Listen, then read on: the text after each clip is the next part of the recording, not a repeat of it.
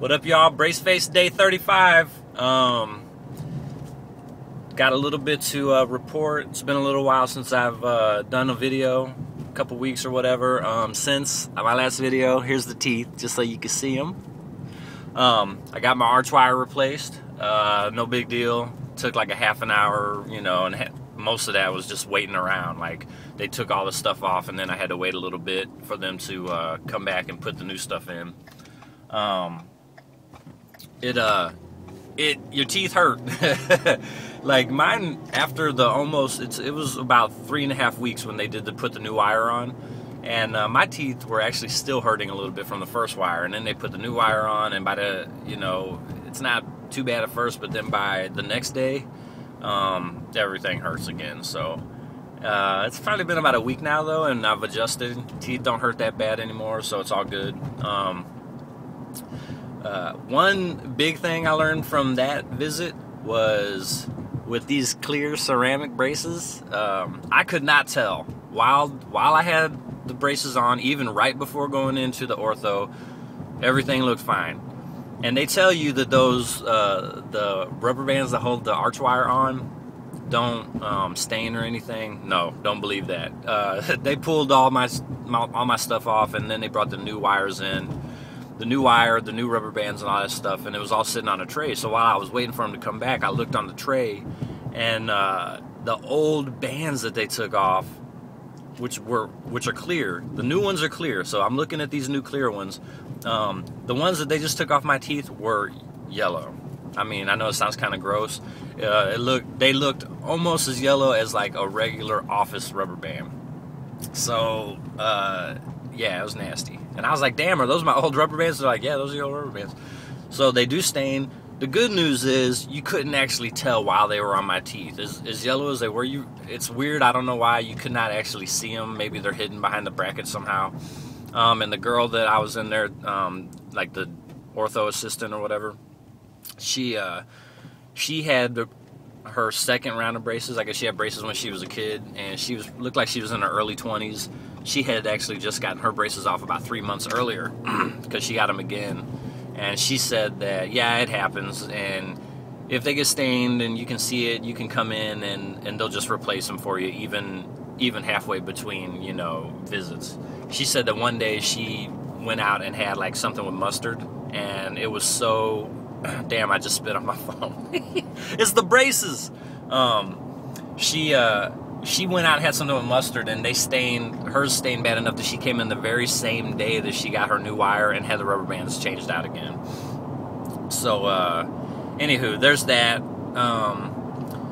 What else? Oh, pro tip, I learned this recently. I have been flossing. Flossing is like one of the big adjustments you have to make when you get braces. I like to use the plackers. Those things like revolutionized flossing for me because I was real lazy about flossing back in the day when you just had to use floss because it took so damn long and getting it in there and all that shit. But whenever I found out about plackers, years ago, and you can just take those and pop them in and do your thing, and they're so much faster, so much more convenient. I just love it. So much easier. I switched to those. But when you get braces, plackers are kind of out the window. They do make these little kind of like brace-friendly plackers that you're supposed to be able to slide up under the arch wire. My first wire, I actually could only fit that. I could only fit those little braces-friendly placker under like 2 teeth. All the rest of them I couldn't get to because the wire was too tight against my teeth, I guess. So, here's what I found out. Now that I'm a veteran of about 6 weeks or whatever of having braces, is you can... First of all, my braces don't go all the way. They go to the second to last tooth on the top. So on the top, I take the plackers, I hit the very last tooth on both sides. Boom, that's knocked out. Then I hit all my bottom teeth because I don't have braces on the bottom yet. Boom, those all get knocked out real fast. So it's all super convenient. Then I take the braces-friendly placker and I hit the teeth that I can get with it, which now I can actually get a lot more. Sorry about this sun; it's making the video kind of hard to see. But now that with my new wire, I can actually hit all but 2 of the teeth that have braces, 2 on each side, so 4 total teeth. So I hit all those. Then I take my little Crest Glide regular floss, and it has the tip on it so you can thread it through. I thread that through and hit the 2 teeth on each side that I can't get. So I got my routine down, and it rocks. Like, I definitely, you know, you'll figure out what works for you, but it kicks ass. It makes flossing so... The first time I flossed after getting braces, I was like, God damn, this is taking forever. This is, you know, I'm going to have to get up a half an hour early just to do all my dental, oral hygiene and stuff. Now, here's the pro tip. They tell you that, you know, they tell you when you're flossing, you take either the Crest Glide or however you floss, and you slide it, you thread it through over the top of your wire. And then, it's kind of hard to explain, but you're going in over the top of the wire and you're getting up into your gum, because that's what you're supposed to be cleaning whenever you're flossing, is like your gums and stuff. Well, what I found out was, don't neglect under the part that's underneath. You know, you got on top and then underneath. Don't neglect the part that's underneath.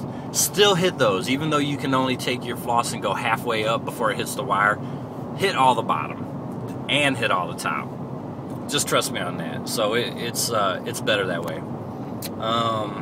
And I think the last thing I was gonna say was, I don't have the names yet, so I probably just had to put this in the next video. I want to give a couple of shout outs to some people on YouTube that were real helpful for me,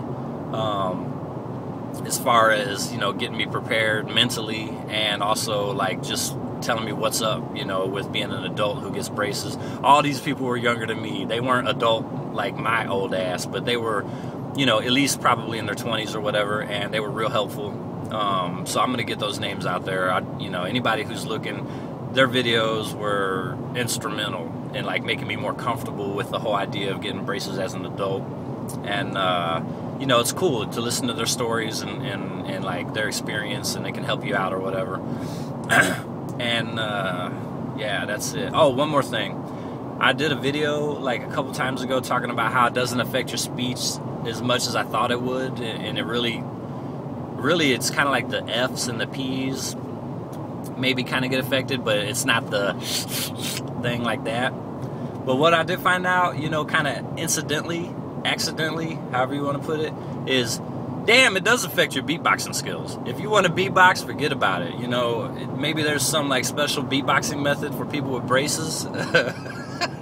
But, you know, if you're trying to get your, you know, whatever on, you can't. It's hard to do with the braces. It messes the lips up. So, no beatboxing for 2 years.